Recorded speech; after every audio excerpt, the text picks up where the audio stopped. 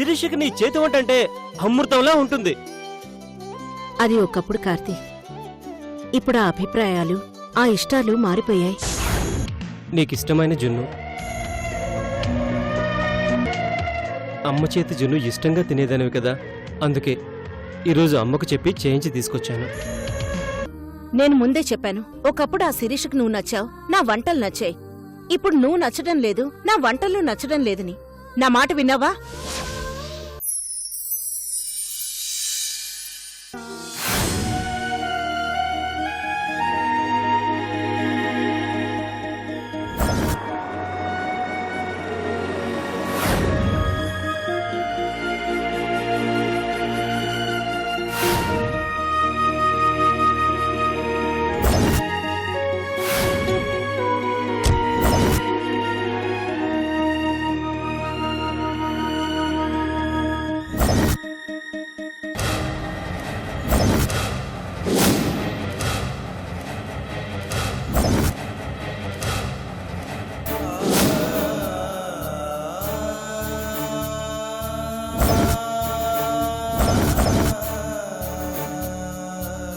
ఉదయాన్నే పాలోడు, తర్వాత పేపరోడు వచ్చినట్టు వీడు కూడా రోజూ వచ్చేస్తున్నాడు. అవునక్క.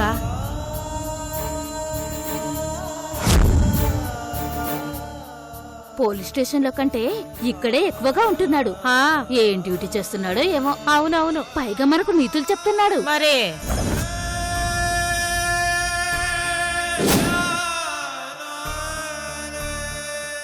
దాని దగ్గర ఏం వేడి చచ్చిందో ఏమో.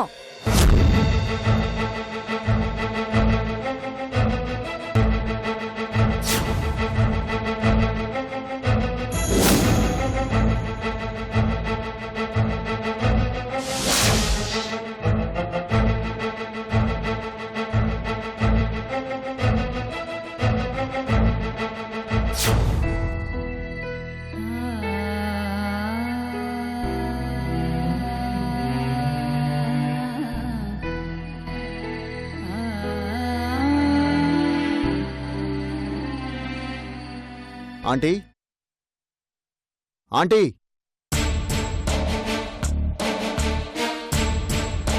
ఆంటీ, ఆంటీ, ఎవరు? ఆంటీ,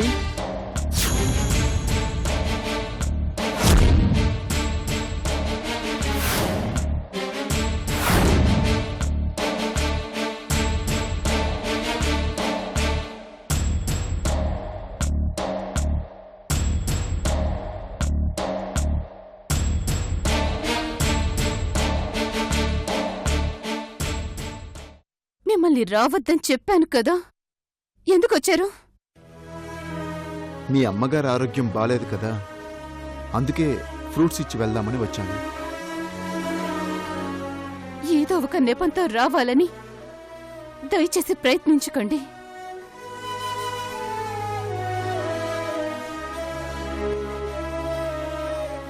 మేం ప్రశాంతంగా మనశ్శాంతిగా బతకడం మీకు ఇష్టం లేదా?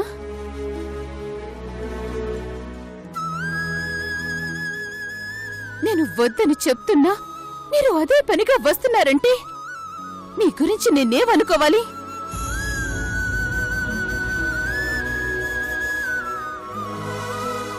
నా బాగోగులు చూడ్డం కోసం వస్తున్నారా? నేను బాగుంటానని చూడ్డం కోసం వస్తున్నారా?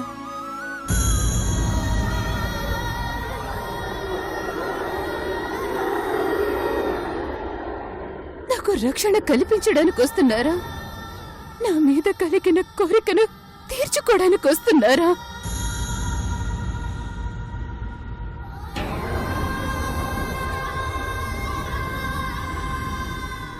నా మనసుకైన గాయాన్ని మాన్పించడానికి వస్తున్నారా? నా శరీరం మీద మరో గాయం చేయడానికి వస్తున్నారా?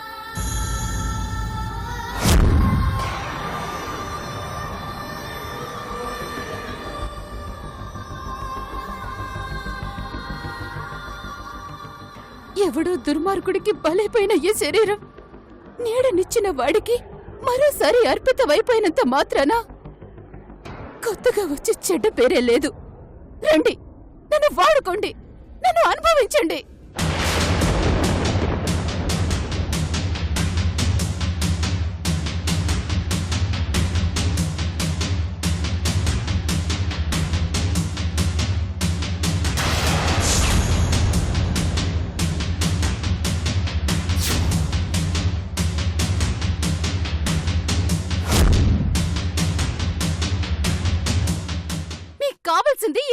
నిజమేగా? అయితే రండి.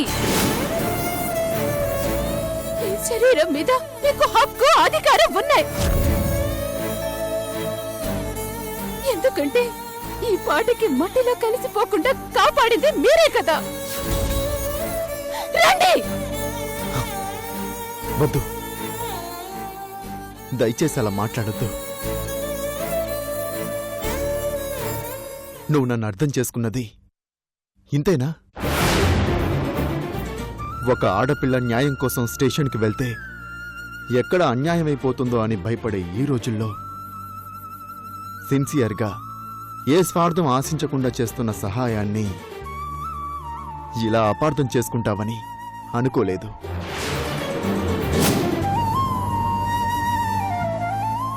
నాకు ఆ పరశురాంకి తేడా లేకుండా మాట్లాడావు. అభిమానంతో వస్తున్నానే తప్ప మానం కోసం రావటం లేదు.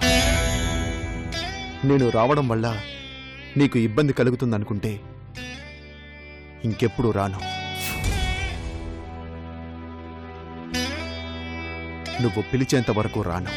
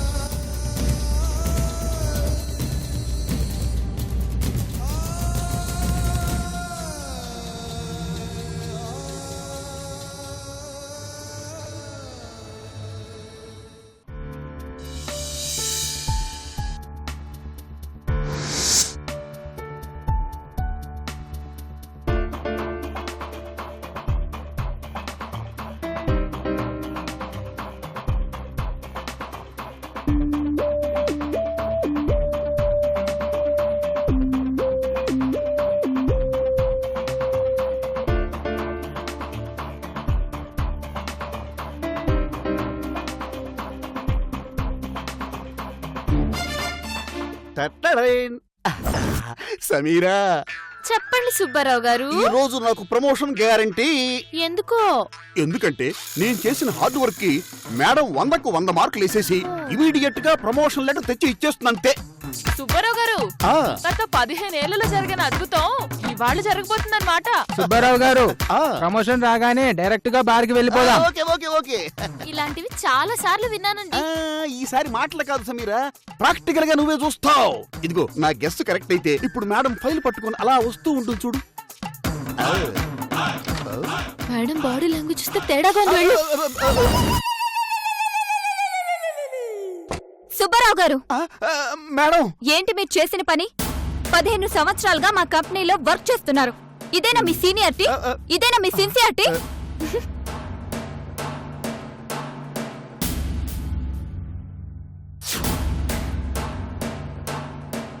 ఏ కంపెనీలో వర్క్ చేస్తున్నామో ఆ కంపెనీ మీద కర్టసీ ఉండాలి. ఆ కంపెనీ పట్ల రెస్పాన్సిబిలిటీ ఉండాలి. ఊరికే టైంపాస్ చేస్తే ప్రమోషన్స్ రావు. చాలాసార్లు మీకు మెమో ఇచ్చాను. ఇది ఫైనల్ వార్నింగ్. ఇంకోసారి ఇలాంటి మిస్టేక్స్ రిపీట్ అయితే సహించేది లేదు. Be careful.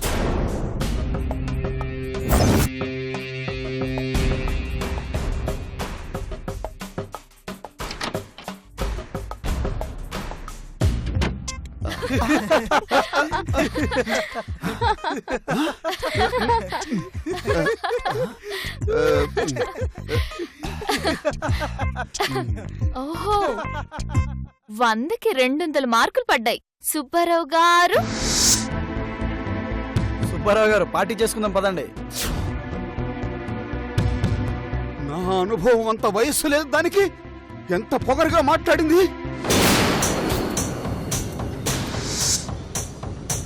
అందరి ముందు నన్ను అవమానిస్తుందా?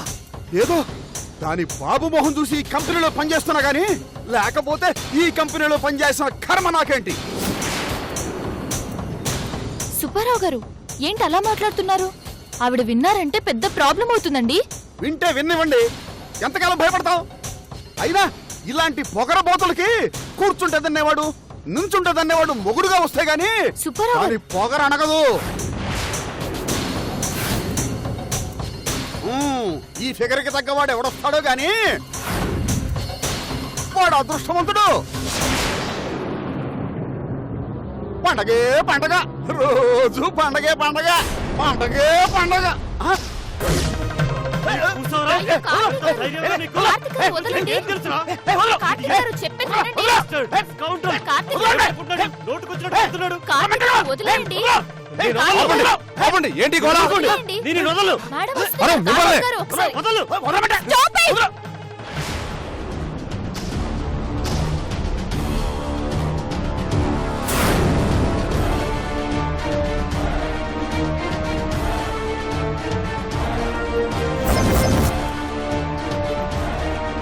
అసలేం జరుగుతుంది ఇక్కడ? ఇది ఆఫీస్ అనుకున్నారా, చేపల మార్కెట్ అనుకున్నారా? అది కాదు మేడం, మీ గురించి తప్పుగా మాట్లాడుతుంటేను. అవును మేడం. సమీరా, నువ్వేమిటి వెనకేసుకొస్తున్నావు? నా పని నేను చేసుకుంటుంటే ఒత్తి పుణ్యానికి వచ్చి నా మీద చేయి చేస్తున్నాడు మేడం. సుబ్బారావు గారు, అబద్ధాలు చెప్పకండి. చూసారా ఎలా సీరియస్ గా అంటున్నాడు? డిసిప్లిన్ ని క్రాస్ చేసిన వాళ్ళు ఎవరైనా సరే పనిష్మెంట్ అనుభవించాల్సిందే. ఒక సీనియర్ ఎగ్జిక్యూటివ్ మీద చేయి చేసుకున్నందుకు నేను నిన్ను సస్పెండ్ చేస్తున్నాను.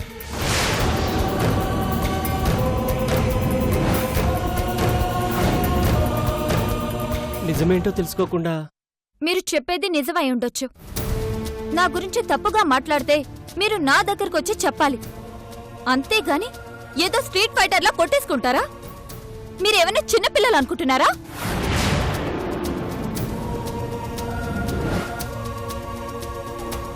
రమణ గారు, మేడం.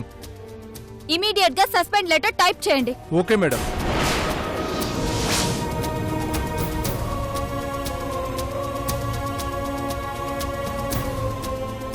మీలా షార్ట్ టెంపర్ ఉండే వాళ్ళు ఆ పోస్ట్ లో పనికిరారు. దయచేసి మీరు వెళ్ళొచ్చు.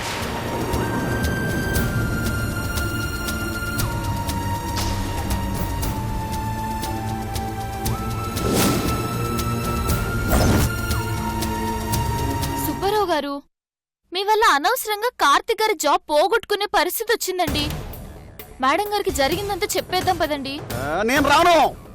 నా కాలర్ పట్టుకొని నన్నే కొట్టేంత మొనగాడా వీడు. వీడికి ఇలాగా జరగాలి. నిన్న అపాయింట్మెంట్ లెటరు, ఈ రోజు సస్పెండ్ లెటరు. తిక్క కుదిరింది.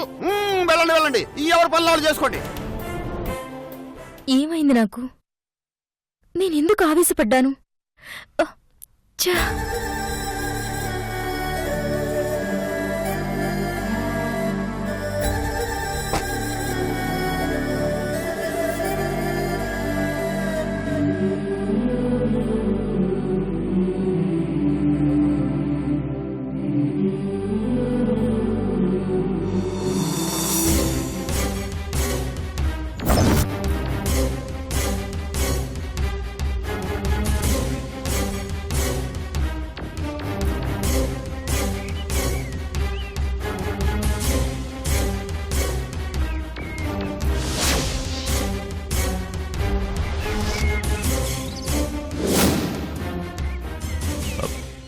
I'll call you back, Chakri.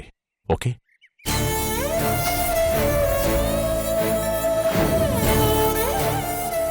ఏం తప్పు చేశాను నేను? ఏం అన్యాయం చేశాను నేను? ప్రేమ పేరుతో మోసం చేసి వాళ్ళ డబ్బు దోచేశానా? వాళ్ళ ఆస్తులు అంతస్తులు రాయించుకున్నానా? ఏం చేశాను అంకుల్? ఏమైంది కార్తిక్? కనీసం కళ్ళ ముందు ఉంటుంది కదా అని తన ఆఫీసులో జాబ్ అడిగాను, ఇచ్చింది. 2 రోజుల్లోనే సస్పెండ్ చేసేసింది. ఎందుకు? ఆఫీసులో ఎవడో తన గురించి నోటికొచ్చినట్టు వాగుతుంటే తట్టుకోలేక కొట్టాను. అందుకని ఇండిసిప్లిన్ సైన్స్ లేనని తీసేసింది. నేనెందుకు అలా రియాక్ట్ అయ్యానో చెప్తూనే వినకుండా తీసేసింది. భర్తగా తను నన్ను యాక్సెప్ట్ చేసినా చేయకపోయినా తాళి కట్టిన భర్తని కాబట్టి నా భార్య గురించి ఎవడైనా తప్పుగా మాట్లాడితే ఎలా ఊరుకుంటాను? నేను దగ్గరవ్వడానికి ఎంతలా ప్రయత్నిస్తున్నానో నాకు దూరం అవ్వడానికి తను నాకంటే ఎక్కువ ప్రయత్నిస్తుంది.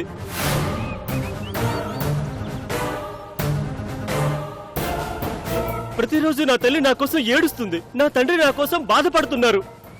ఏ రోజు నన్ను చిన్న మాట అనని నా తల్లి నన్ను ఏమడిగిందో తెలుసా? నీకు తల్లి ప్రేమ కంటే ఒక అమ్మాయి ప్రేమ ఎక్కువైపోయిందా అని అడిగింది.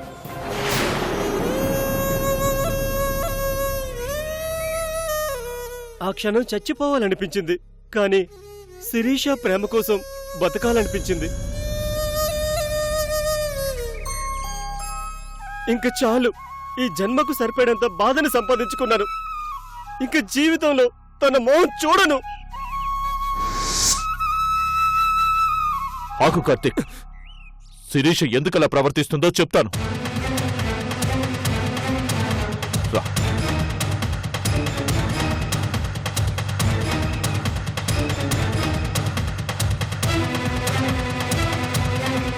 ఒక్కసారి అటు చూడు.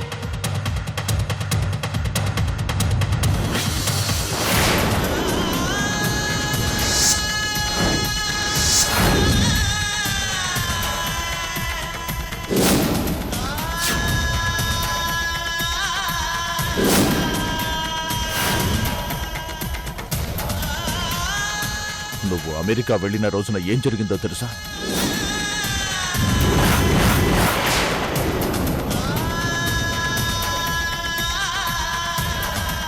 ప్రాణ స్నేహితురాలు దూరమైపోయిందనే బాధతో శిరీష ఆ రోజు నుంచి అలా అయిపోయింది.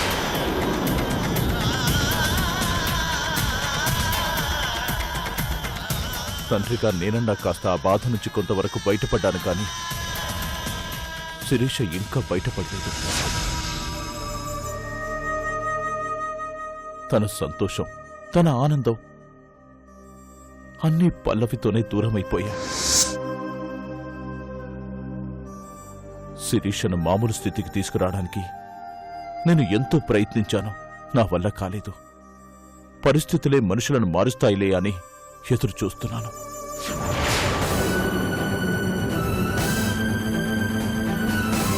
శిరీష నీతో అలా ఉండడానికి నా కూతురి మరణమే కారణం తప్ప మరేవీ లేదు. జరిగిన దానికి నాకు చాలా బాధ అనిపిస్తుంది. తండ్రిగా మీరు, ప్రాణ స్నేహితురాలిగా శిరీష, పల్లవిని ఇప్పుడప్పుడే మర్చిపోలేరు. ఆ ట్రాజడీ నుంచి అంత తొందరగా బయటపడలేరు. కానీ ఈ విషయం శిరీషే నాతో చెప్పొచ్చు కదా. నేను ఆ మాత్రం అర్థం చేసుకోలేనా?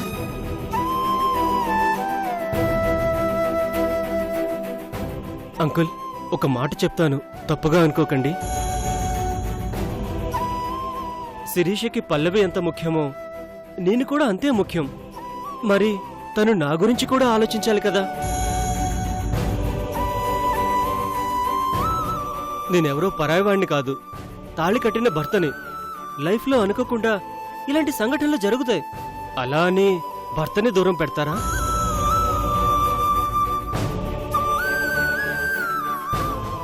నేను ఎంత నరకం అనుభవిస్తున్నానో మీకెవ్వరికీ తెలియదు.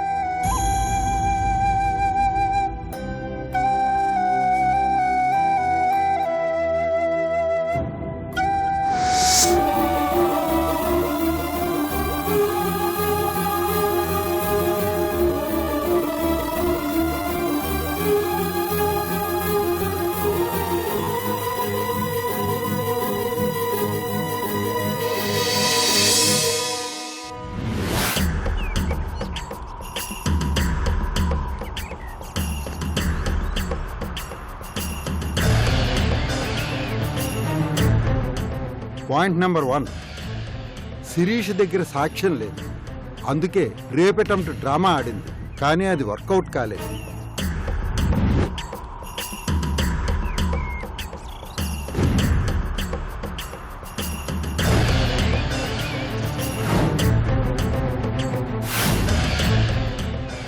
పాయింట్ నెంబర్ 2, ఆ సాక్ష్యాన్ని సంపాదించిన భవానీ దగ్గర కూడా ఇప్పుడు సాక్ష్యం లేదు.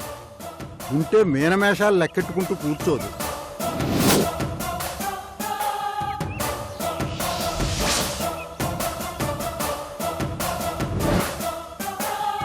పాయింట్ నెంబర్ 3, ఐ విట్నెస్ అయిన భవానీని చంపితే అది బైండ్ ఓవర్ కేసు పెట్టింది కాబట్టి మీరు లోపలికి వెళ్ళిపోతారు. అది కుదరదు.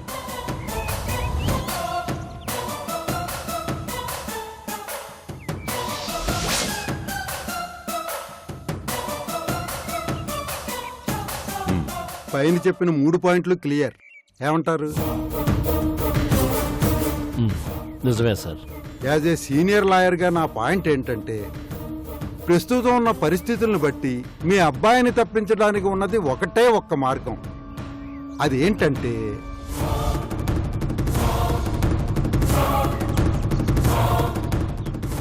న్యాయాన్ని అన్యాయంతో కొనేయడం. అర్థం కాలేదు కదా? అదే ధర్మతేజ గారు చిన్నపిల్లాడికి చాక్లెట్లు ఇచ్చినట్టు మనకు అవసరమయ్యే మనుషులకి డబ్బు కట్టలు ఇస్తే మన పని అయిపోతుంది.